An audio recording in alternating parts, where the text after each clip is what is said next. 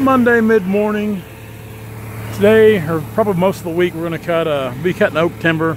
We're going to cut some walnut too off this job, but like I said in the previous video, Dad cut the walnut here probably 20 years ago, so there's not a lot of walnut left. But we are cutting some big post oak, and honestly, I like cutting this big post oak and big white oak just as much as I do cutting walnut. I really enjoy cutting it. And we are extremely selective about the oak timber we do cut. The good thing about, I mean, there's multiple things that we like about this bigger diameter oak. We've got a really good outlet for it, so we have no trouble moving it, and it brings pretty good money.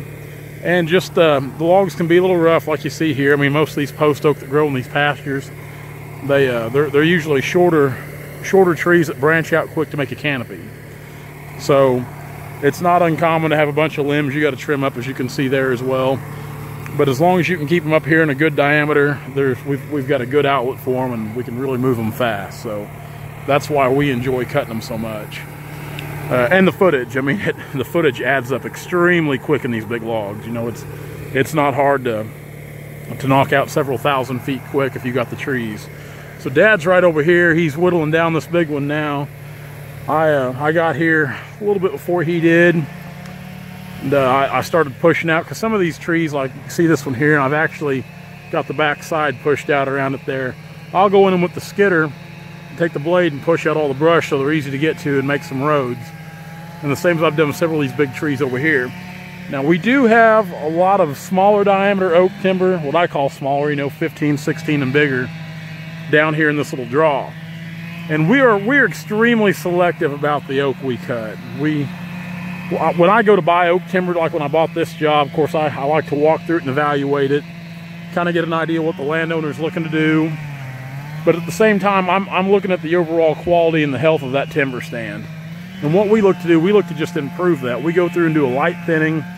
We don't do any of these clear cuts. We don't cut scrag timber. We don't cut any of the small timber. I'd rather go through and cut some of that bigger stuff out. Just give it a light thinning, and you know, down the road, you can do it again. Which is part of the reason we're back here today from Dad being here 20 years ago. At the time, Dad wasn't really looking for these bigger oak logs because the market wasn't there like it is now.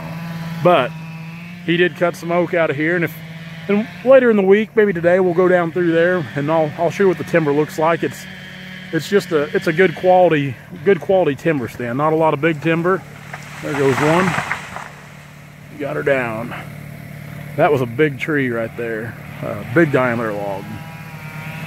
So really what we're going to do this week is we're going to work on this. It's nice to be close to home every now and then. You know, if we can, if I'm 20 miles from home, I think I'm close to home. So we've got the skid steer. I unloaded it this morning. Of course, I brought the little B out Saturday, but we'll use this I've got to build some roads down here. I said I'd build a creek crossing, put in a tin whistle for the landowner, but we'll also use that to sort logs out as well. So we've got a good full week ahead of us, plenty of work, and I've got some timber to look at later in the week. I've actually got timber to look at later in the day. Let's jump back on here and see if we can go get this big chunk of wood out. Back from lunch. Well, kind of a lunch, not much for lunch, but I went home and unhooked my pintle hitch. I don't normally leave my trailers on job sites. With all we do, I always like having my trailers handy. Sometimes, I mean, if we're working a long ways away, naturally I'll leave it, but seeing we're like 15 miles from the yard, I'll just take it back to the yard in case we need it. But you can see some of these bruisers, which that little guy, he ain't too big. But it's pretty good post oak in here, some big logs. So what we're going to do now, we're going to jump in the cat. We're going to run down here, and I don't normally like to clean up other people's messes. And I'll elaborate on that, what I'm talking about right here. The landowner, he had some young pup kid come in here, and that's what he was, some pup kid right out of high school. And he was gonna cut these trees for this guy. Well, naturally, he had no log skidder, he had no skid steer. He had like an old, I don't know, like an old Massey Ferguson tractor. And you know, you can't blame the kid for trying, you really can. I mean, but what he's done, he's made a mess down here, and he's got a bunch of logs out in the timber still that he never did get out. He just left them. And like I said, I don't normally do this kind of stuff, and I try to stand clear of it because I just don't want involved. But I told the landowner I'd help him out, so I'm going to get these logs cleaned up for him down here and kind of out of the way. And we're going to lay them out down there, and we'll keep them separate from ours. But, well, I'm going to have to fire myself. I didn't get that trimmed off good, but I'll get it trimmed. Good size post oak. We got several more to cut. I've got to push some treetops around back in here, and we're being very selective about what we cut. So let's go down here and start working on this mess. Dad, he went to go haul some logs, some walnut back to the yard. He got cut, and I told him I was going to come over here and take care of this. That way we didn't have to worry about it for the rest of the week. I'd just soon do it now and get it out of the way. Then we can have the rest of the week to go about what we usually do. So let's unlock the cat here. Yeah, I'm that guy that locks it up sometimes. So let's go clean up a mess. Well, this is kind of what was going on. Now these logs, you can kind of see back in that tall grass over there. That's where all these logs were, and they've been cut for a while. They're not ruined. They're not in great shape. They can still be utilized, but it's just wasteful to see some people just let things like this sit there, you know, just sit and go to waste. Like I said, it was a young kid, like a kid in high school, just out of high school. You can see, I mean, I think they're all about the same length here, pretty close to the best I can tell. He could have did a little better job of trimming them up. Some of these logs I'll go through there and I'll trim them a little bit just to make them look a little more presentable. We got a couple big post oak here. I think we can sell those with the big post oak we've been cutting. I hope they're not too far gone. We're gonna try it and see.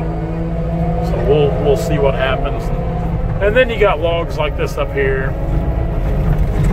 Like I said, I mean, I've got this one set out by itself because, I mean, that thing's rough. That is a rough log. But I'm gonna go through there with my saw and I'm gonna trim that up and straighten it up. Takes a little bit of the crook out of it. Yeah, just a rough old log. We got another little pile up there. And he's got some still in the timber there that have been cut. So they're just laying there on the stump. I'll get them with the log skidder and we'll drag them out here and buck them. But they just cut this for hay Saturday and baled it. And, well, like all this grass over here, I mean, it's not a lot, but, you know, that's part of the hayfield. They probably would have liked to get cut, and these logs were laying in there. So we'll go through there at the tooth bucket and make sure everything, all the debris is cleaned out of there. That way they can go ahead and mow that in the future. Like I said, it's not a lot by any means, but at least it can be utilized. They can get all the pasture ground they can. That, like I said, I don't like getting involved in things like this. I don't like cleaning up other people's messes.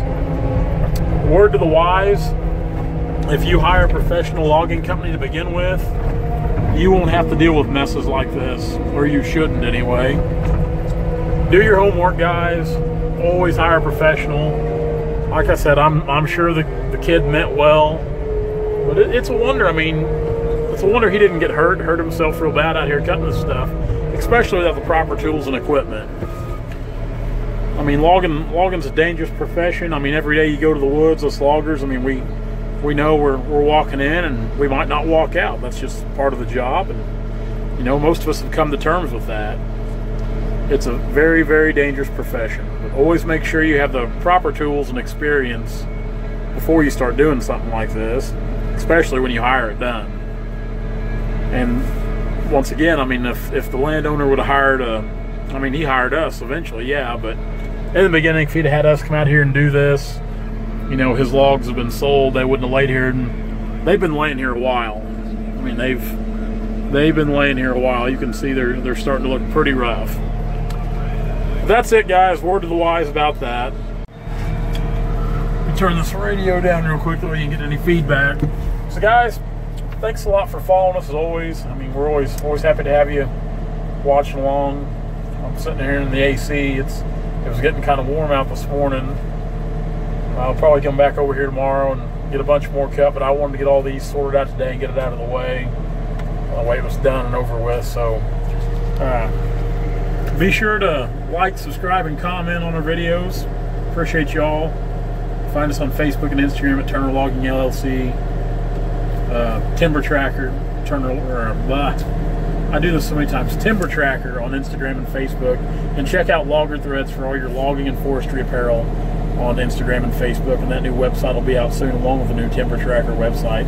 We're hoping that new Timber Tracker website is up and running by the end of the month. It's going to be great, man. It's going to be a great website. A lot of usability and functionality with that. A lot of new things coming. A lot of big things coming for that website. We've spent a ton of money, a ton of time in redoing this, restructuring it, rebuilding the whole thing from the ground up. The great people in Springfield at Jump 6 Marketing, my buddy Landon's company, they've done an incredible job. His team has with building all my websites. They redid Turner Logging not long ago, and right now they're putting the finishing touches on the Logger Threads website and on the timbertracker.net website. And that website's going to be awesome, guys. Awesome website. So check all that out. Guys, I'm going to get off here. I don't know what time it is. I'm going to pack a few more logs down there to the other pile and kind of clean up down there, and I'll probably call it a day. I've got everything for the most part that I want to do. Tomorrow we're back out here laying some more trees down, trying to stay up with it. So guys, once again, thank you for following along. We will catch you tomorrow. Have a great day.